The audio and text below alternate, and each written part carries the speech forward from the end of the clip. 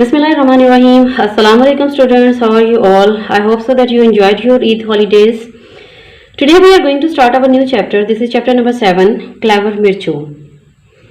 And after completing this lesson, the students will be able to recognize and describe story elements, identify beginning, middle and ending of the story.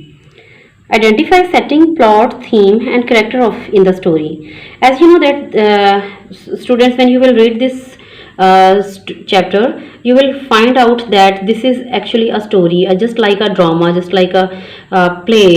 You will enjoy this chapter a lot, and definitely like a drama, like a story, it has a starting, middle and end, and it has a basic theme is over there and a basic plot is over there. You will identify the setting and characters in the story also, and you will find out who is the narrator of the story. You will use your mind map to write the character sketch and write an informal dialogue also. So students, what you will get from this picture, and what you will understand from the word woodcutter. A person who is just cutting down woods from the jungle and sold it out, that person is called the woodcutter. So this is the story of a woodcutter, and you will come to know that what is from the title. You have learned that this is the title of the story is Clever Mirchu, and you will find out actually what clever means chalak, and Mirchu is just looking like a nickname of any person. So you will find out that who is the clever Mirchu in the story. So let's start here from the page number 39.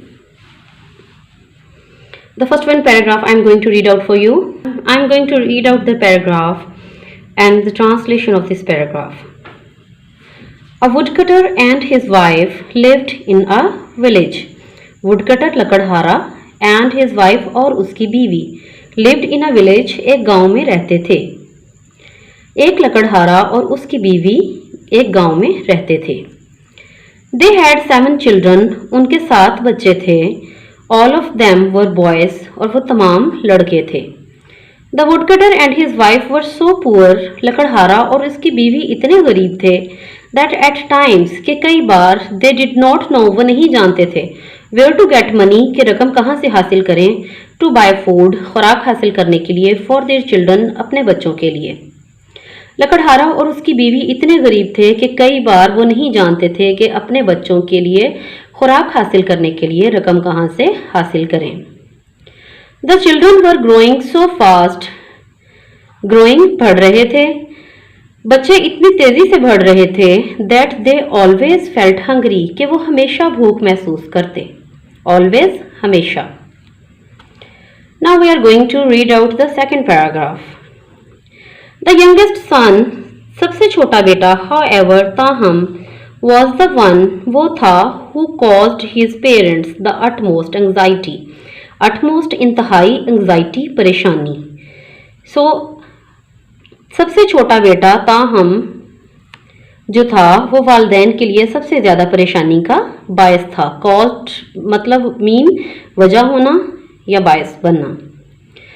It is true, ये सच है, that he did not eat much, ये दुरुस्त है कि वो ज़्यादा नहीं खाता था, but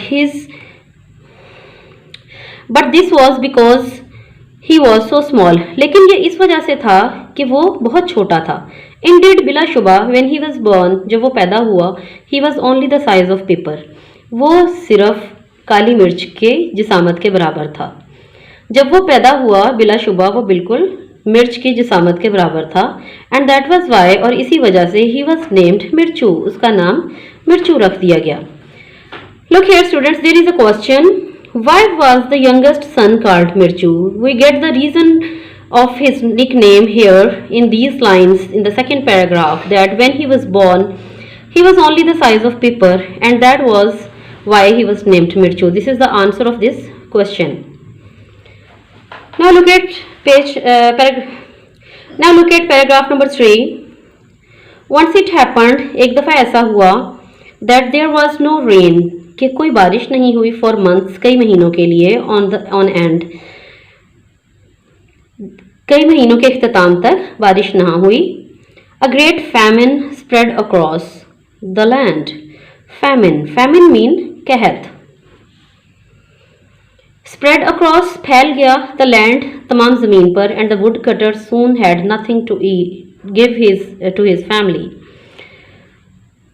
When there is no rain and the crops didn't grow and a lot of problems create for the people for their food and for their eatable things, that is called famine.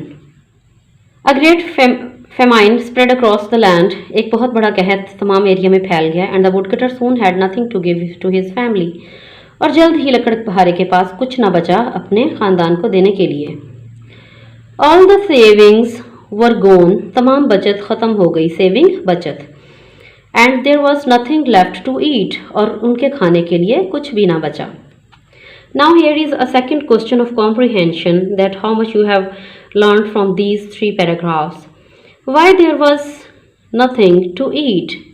The reason is that a great famine spread across the land. So all the savings were gone and there was nothing left to eat. So this is the answer of the second one question. Now look at 4th paragraph. We can no longer feed our children. Feed mean खिलाना पिलाना. हम ज़्यादा देर तक अपने बच्चों को खिला पिला नहीं सकते. The woodcutter told to his wife one night. एक रात लकड़हारे ने अपनी बीवी से कहा as they sat beside the empty hearth. Empty खाली, hearth चूल्हा. Which is used to burn woods and people used it in villages.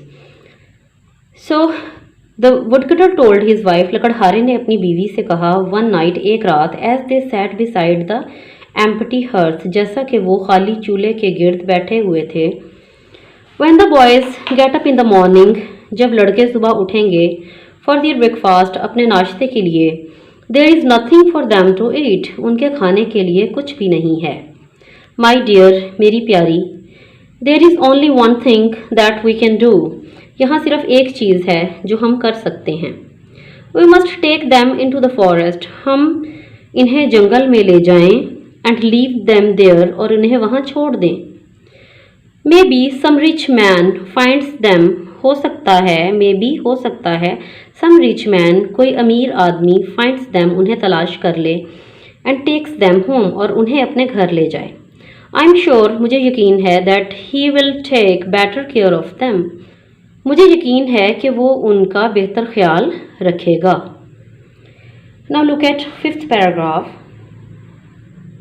The poor wife cried and cried. बेचारी बीवी बहुत ज़्यादा चिल्लाई.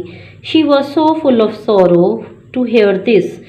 वो ये सब सुनकर गम ज़दा हो गई. But at last, लेकिन आखिरकार, as the night wore on, जैसे जैसे रात गुजरती गई, she agreed to her husband's plan. वो agreed मुत्तफिक हो जाना, husband's plan शौहर के मंसूबे से. वो शौहर के मंसूबे से मुत्तफिक हो गई. After all, आखिरकार, she could not see her children die of hunger. वो अपने बच्चों को भूख से मरता हुआ नहीं देख सकती थी. She thought and thought. उसने बार बार सोचा. But no other plan came to his mind. लेकिन कोई भी दूसरा मंसूबा उसके दिमाग में ना आया. She wished. उसने चाहा. She had only 3 children instead of 7. कि उसके सिर्फ 3 बच्चे होते 7 की बजाय. उसने चाहा कि उसके 7 की बजाय 3 बच्चे होते. They could have been fed well और वो उनकी अच्छे तरीके से देखभाल कर सकती and brought up nicely और उनकी उम्दगी से परवरिश कर पाती. Now look, here is a question. What did the woodcutter's wife wish for? लकड़हारे की बीवी ने क्या चाहा? Here is the answer in the 4th one line. She wished she had only 3 children instead of 7, and you got the reason in these lines, that what is the actual reason for this wish, as she wanted to brought up her children and fed her children well and nicely. I think so. This is the translation of this chapter. Page number 39 is quite clear to you. Now in the next lecture we will complete our next one page from the 6th paragraph. Okay, take care of yourself. Allah Hafiz.